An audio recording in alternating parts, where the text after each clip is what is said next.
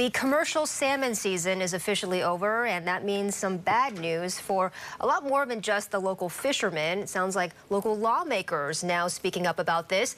KRON 4's Charles Clifford joins us live now from Fisherman's Wharf with more on their message. Charles. Well, the closure of salmon fishing season will be a major blow to thousands of people across the West Coast here in the Bay Area. Earlier today, here along San Francisco's Fisherman's Wharf, there was a press conference with some of the region's elected officials who are promising to help everyone impacted. Effective immediately, all recreational and commercial salmon fishing along the California and Oregon coasts has been canceled. The Pacific Fishery Management Council, which oversees West Coast fisheries, says the population of Chinook salmon has plummeted to the lowest levels in more than a decade. The news is a big blow to the people who rely on salmon fishing for a living. Normally, the first week of April at Pier 45 is really bustling. You know, recreational season should be open. We should be getting the first reports from the charter boats and from the private skiffs that are fishing in our local waters and bringing fish home to feed their families.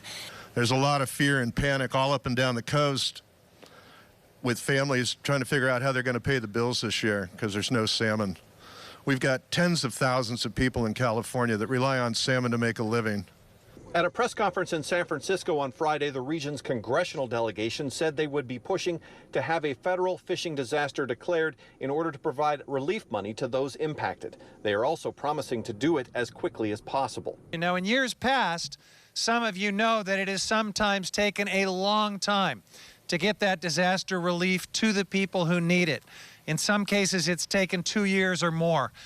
That's not going to work right now. But we want it to be done faster, and that is our mission and our promise to you here. On Thursday, Governor Gavin Newsom also submitted a request for a federal fishery disaster. The current closure of salmon fishing season is expected to continue through at least spring of next year, possibly longer.